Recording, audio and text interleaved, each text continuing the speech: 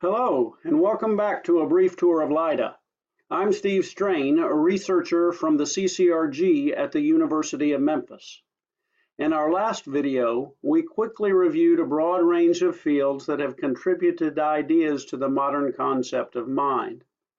We then pointed out that there is no consensus on what is meant by the term mind, and we then asked, what are the appropriate boundaries for a scientific study of mind?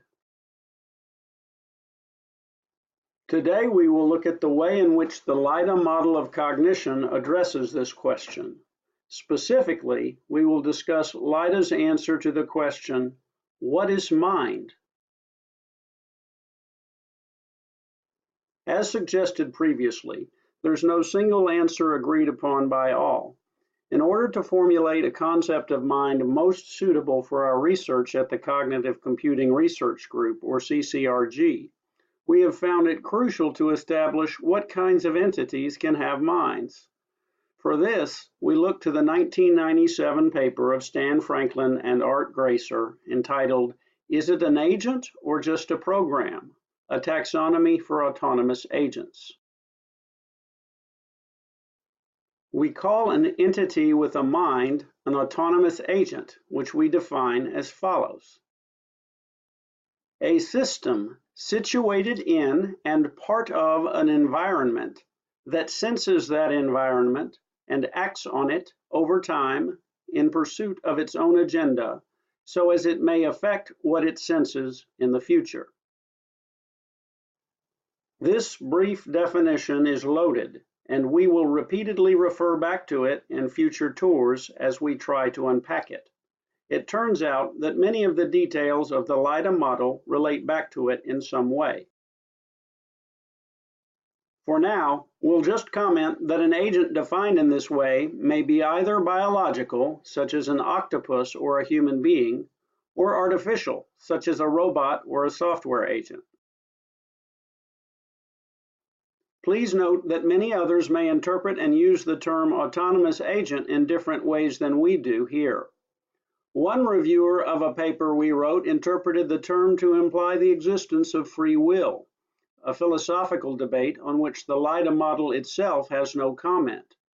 So we want to be clear that when we refer to an autonomous agent, we mean nothing more and nothing less than is expressed in this definition.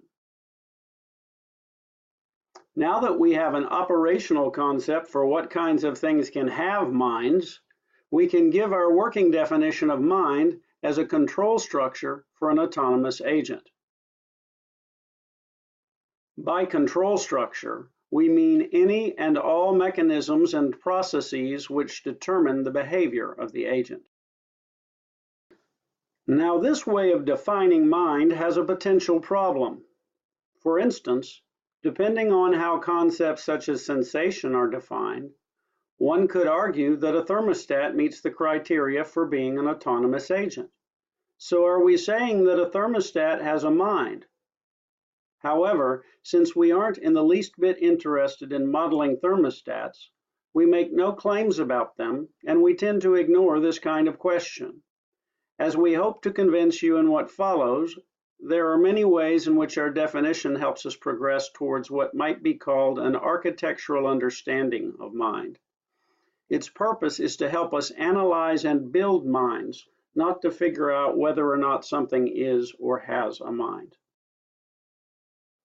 To provide a better handle on such a broad topic, we break this definition down to the equivalence of mind with the process that answers the question, what do I do next?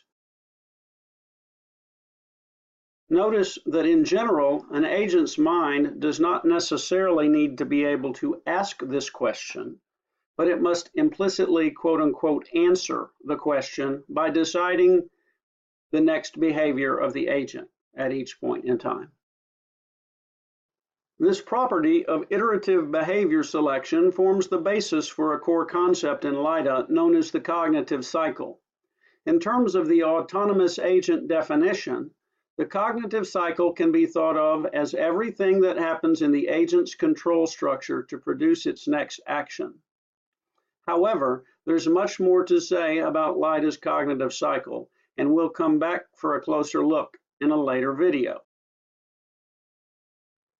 In our next video, we'll look at the LIDA model's goals and overall approach.